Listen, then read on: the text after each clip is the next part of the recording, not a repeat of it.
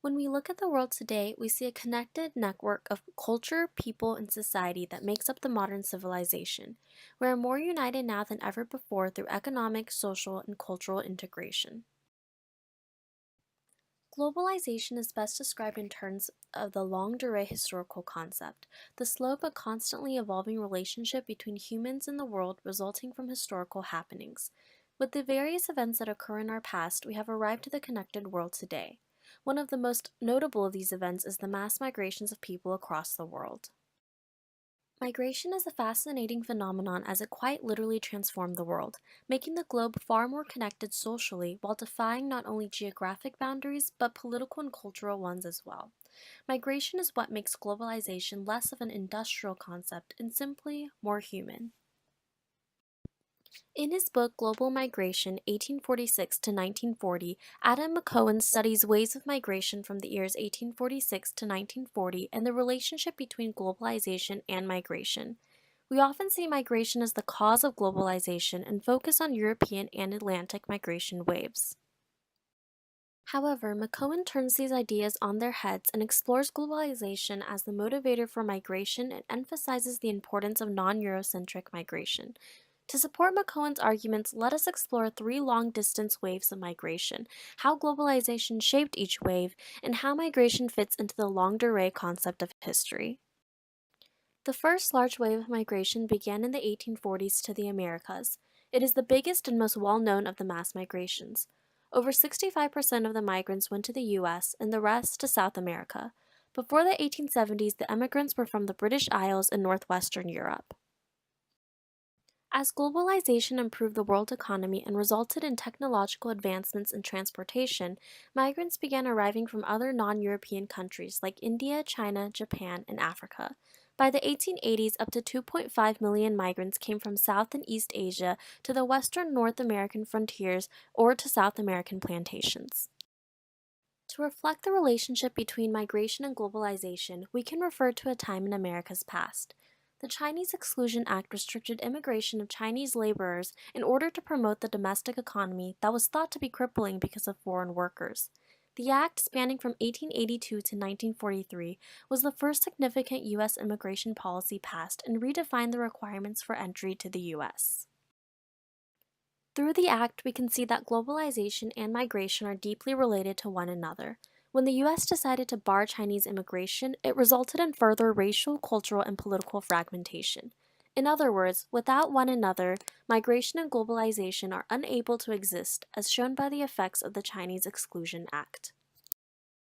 Migration to Southeast Asia and the surrounding lands in the Indian Ocean and South Pacific were made up of 29 million Indians and over 19 million Chinese. Most of the migration was to the colonies of the British Empire. Less than 10% of the migrants were indentured servants, but most migrated because of colonial authorities or under some other labor recruitment system. The majority of the Chinese migrants to this region were either indentured servants assigned to work at mines and plantations or laborers employed by Chinese companies under contracts. There had already been smaller trickles of migration into northern and central Asia in the past century, but the relaxation of restrictions from the Qing government of China and the emancipation of serfs in Russia in the 1860s allowed for more massive movements. Both governments promoted migration in hopes of strengthening territorial control. The expansion of the railroad system in the 1890s also influenced growth in migration. Millions of Chinese, Korean, and Japanese migrated into Manchuria and Siberia. At least 13 million Russians moved into this region as well. Besides transoceanic migration, there were also significant internal migrations that occurred in all three of these regions. In America, booming industrial centers and opportunities in the western frontier attracted millions of Canadians and Mexicans. In Europe, Eastern and Southern European migrants moved to England, France, and Germany for work.